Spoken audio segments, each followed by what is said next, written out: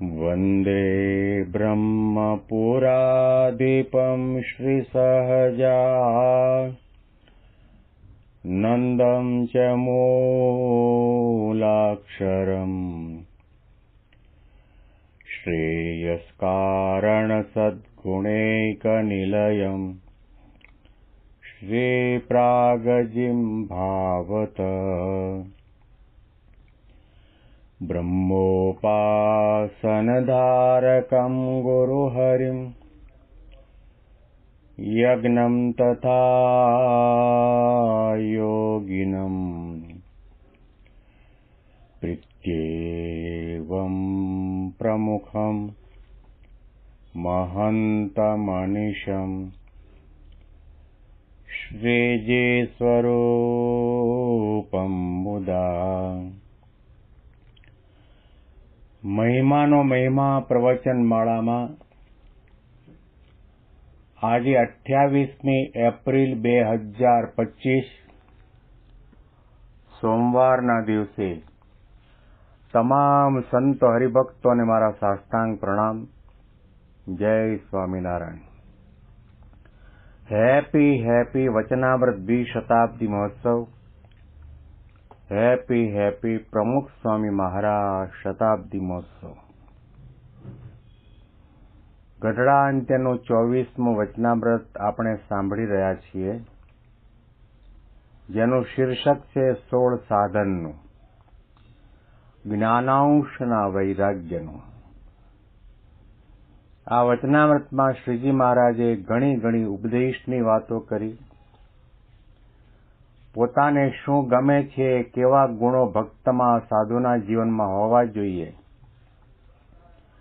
એના માટે પણ ભર સભામાં સામે બેઠેલા સંતો હરિભક્તોની સામે કેટલાક સંતો, કેટલાક હરિભક્તો, કેટલાક બાહ્ય હરિભક્તોના વિશિષ્ટ ગુણોનું દર્શન કરાવ્યું.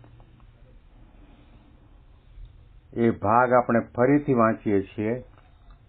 અને વળી જે હરિભક્તને વિશે જે અંગ હોય તેમાં એક અંગ સરસ હોય તે કહીએ છીએ, જે દાદા ખાચરને વિશ્વાસનું અંગ, રાજબાઈને ત્યાગનું અંગ, જીવુબાઈને શ્રદ્ધાનું અંગ, અને લાડુબાઈને અમારી પ્રસન્નતા કરવી એ અંગ, અને નિત્યાનંદ સ્વામીને અમારી પ્રસન્નતા કરવી એ અંગ, અને બ્રહ્માનંદ સ્વામીને સત્સંગની મર્યાદાનો કોઈ રીતે ભંગ ન થાય એવો આગ્રહ એ અંગ, અને મુક્તાનંદ સ્વામીને અમારી પ્રસન્નતા કરવી તથા અમારો વિશ્વાસ એ અંગ, અને સોમલા ખાચરને સદા એક રેણીપણું એ અંગ, અને ચૈતન્યાનંદ સ્વામીને એમ જે કોઈ રીતે મહારાજ પ્રસન્ન થાય એમ આપણી વતે વર્તાય તો ઠીક એ અંગ, અને સ્વયં પ્રકાશાનંદ સ્વામીને નિશ્ચય તથા મહાત્મા એ અંગ, અને ઠાકોર જીણાભાઈને એમ જે ભગવાન વિના બીજા પદાર્થમાં રખે મારું અંગ બંધાઈ જાય નહીં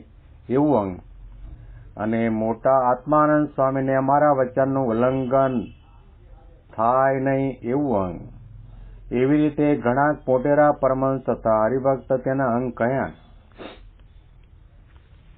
લગભગ 12 સંતો ભક્તોના વિશિષ્ટ અંગનું દર્શન કરાયું. જોવા જઈએ તો એક સંત પરમહંસ અને એક હરિભક્ત મહારાજના સમયમાં જે હતા એના ઘણા વિશિષ્ટ અંગો હતા. નિષ્કુળાનંદ સ્વામીનું વૈરાગ્યનું અંગ હતું. પર્વતભાઈનું સેવાનું અને મહિમાનું અંગ હતું. પર્વતભાઈનું દાસભાવનું અંગ હતું. પર્વતભાઈ મહારાજનો મહિમા તો સમજતા, એમના પરમહંસોનો મહિમા પણ સમજતા, એમના હરિભક્તોનો પણ મહિમા સમજતા, અરે દાદા ખાચરના દરબારના નળિયાનો પણ મહિમા સમજતા. અને તેઓ ત્યાં સુધી સમજતા કે જો દાદા ખાચરના દરબારના નળિયાનું કોઈ ધ્યાન ધરે, એની ગમે તેવી અશાંતિ હોય, ઉદ્વેગ હોય, ઉપાધિ હોય તે શમી જાય. એવી રીતે ગોરધનભાઈ છે, લાડુબા, જીવુબા, જમકુબા છે, ગોપાળાનંદ સ્વામી છે, ગુણાદિતાનંદ સ્વામી છે, મંજુકેશાનંદ સ્વામી છે, ઘણા બધા સંતો અને હરિભક્તો, સુરો ખાચર છે, ઘણા બધા ભક્તો, એ દરેકની અંદર આધ્યાત્મિક માર્ગમાં વિશિષ્ટ અંગો, વિશિષ્ટ ગુણો એમના જીવન સાથે સંકળાયેલા હતા. સગરામ ભક્ત, એને મહારાજની આજ્ઞા પાળવાની એવી દ્રઢતા અને એવું અંગ, અને એનાથી 2 ડગલા ચડે એવી એમની અર્ધાંગીની ધર્મપત્ની, કે જ્યારથી મેં મહારાજની કંઠી ગળામાં ધારણ કરી છે, અને જ્યારથી આપણને મહારાજ મળ્યા અને મહારાજે જ્યારથી આપણને કહ્યું કે પડી વસ્તુ ધૂળ સમાન માનવી, એ સમયની મહિલાની અંદર પણ ભગવાન સ્વામિનારાયણે કેવી આધ્યાત્મિકતા ભરી હશે એનું આ જ્વલંત દ્રષ્ટાંત અને ઉદાહરણ છે. આ મહિલાએ પોતાના પતિદેવને કહી દીધું, પુરુષ કરતા પણ મહિલા 2 ડગલા આગળ હતી. સગરામ ભક્તને કહેવામાં આવ્યું કે તમે ધૂળ ઉપર ધૂળ શું વાળી? તમારી નજરમાં કદાચ એ ચાંદીનો તોડો દેખાણો, પણ મારી નજરની અંદર તો જ્યારથી મહારાજે આજ્ઞા કરી કે નીચે વસ્તુ પડેલી છે જેના આપણે ધણી નથી, આપણા માટે ધૂળ સમાન છે, એને હાથ ન લગાડો. શું આધ્યાત્મિકતા છે, શું વિશિષ્ટ ગુણો છે. ઘણા બધા સંતો અને હરિભક્તો એવા હતા, મહારાજે કેવા કેવા તાવ્યા, કેવા કેવા કસોટીની એરણ ઉપર ચડાવ્યા, તો પણ અરે માર ખાવા પડ્યા, અપમાન થયા, કેટલા સંતોને મારી નાખ્યા, તો પણ આ સંતોને પરમહંસોએ મહારાજ સ્વામિનારાયણનું ભજન કરવાનું છોડ્યું નથી. ધગધગતા ડામ પણ દીધા છે, 2 ઇંચની સૂળવાળા બાવળના છોટાથી માર્યા પણ છે, લોહી લોહાણ કરી નાખ્યા છે. અરે હરિભક્તોની પણ નિંદા થતી, અપમાન થતા, તિરસ્કાર થતા, ગામબાર મૂકતા, એવા પ્રસંગોની અંદર પણ એવા આધ્યાત્મિક વિશિષ્ટ ગુણોવાળા ભક્તો સંતોએ ભગવાન સ્વામિનારાયણનો, સત્સંગનો, એમના આદેશનો, એમની ઉપાસનાનો ત્યાગ નથી કર્યો. અહીંયા મોટા આત્માનંદ સ્વામીની વાત કરી, એમને પોતાને આત્મનિષ્ઠાનો અંગ તો હતું, પરંતુ મહારાજની આજ્ઞાનું જો ઉલ્લંઘન થાય તો ગળામાં ઊની કોષ નાખી, જે વસ્મું લાગે એવું વસ્મું લાગે. રખે ચૂકે પણ ભગવાનની આજ્ઞાનો લોપ ન થઈ જાય, ને આજ્ઞાનો લોપ થશે તો આપણા ઈષ્ટદેવ સહજાનંદ સ્વામી મહારાજ આપણા ઉપર નારાજ થશે, આપણું ભક્તપણું ને સાધુપણું લાગશે. કેવા વ્રતો પાડ્યા છે, કેવા તપ કર્યા છે મહારાજને રાજી કરવા માટે. કોઈ ગામની અંદર આત્માનંદ સ્વામીનું મંડળ ગયું,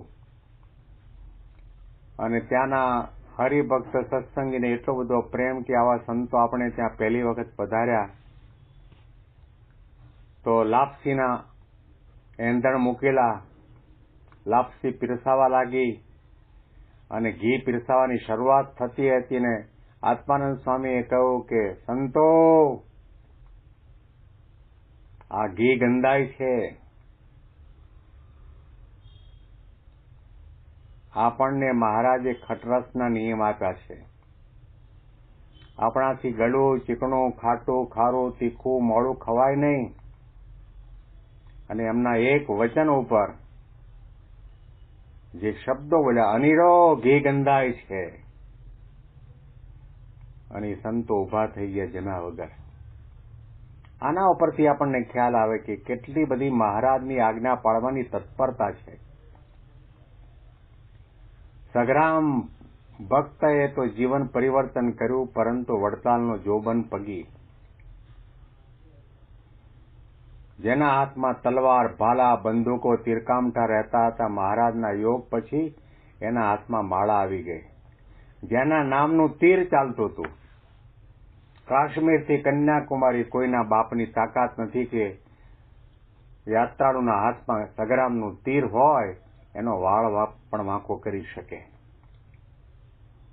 એને ગરીબ ગાય જેવો બનાવી દીધો, એક સમય સગ્રામનો એવો હતો કે ધોળા દિવસે પેટલાદ અને નડિયાદની બજારમાંથી નીકળે ને ફટોફટ બારી બારણા બંધ થઈ જાય, લોકોને ખબર પડે કે સગ્રામ આવ્યો, વાલે વડતાલનો જોબન પગી આવ્યો છે. અને મહારાજે પરિવર્તન એવું કર્યું, ગરીબ ગાય જેવા. પછી ગામમાંથી નીકળે છોકરાઓ ધૂળ ઉડાડે ને પથરા ઉડાડે ને કિકિયારી કરે ને હુરિયો બોલાવે તો પણ એ હસતા મોઢે સહન કરતા હતા.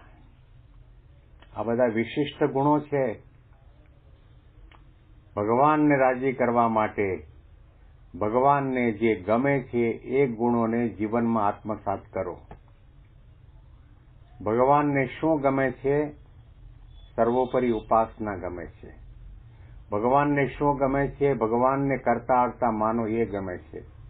ભગવાનને શું ગમે છે? ભગવાનને સદા દિવ્ય સાકાર મૂર્તિ સમજો એ ગમે છે. ભગવાનને શું ગમે છે?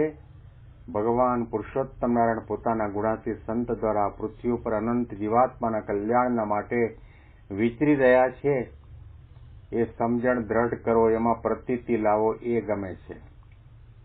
દરેકની અંદર ગુણગ્રાહક દ્રષ્ટિથી તમે ગુણ ગ્રહણ કરો, એના મહિમાનું ગાન કરો, એના દાસના દાસ થઈને રહો. કોઈનો અભાવ ગુણ ન લો, ખટપટ ન કરો, કોઈની નિંદા ન કરો, કોઈનો તિરસ્કાર ન કરો.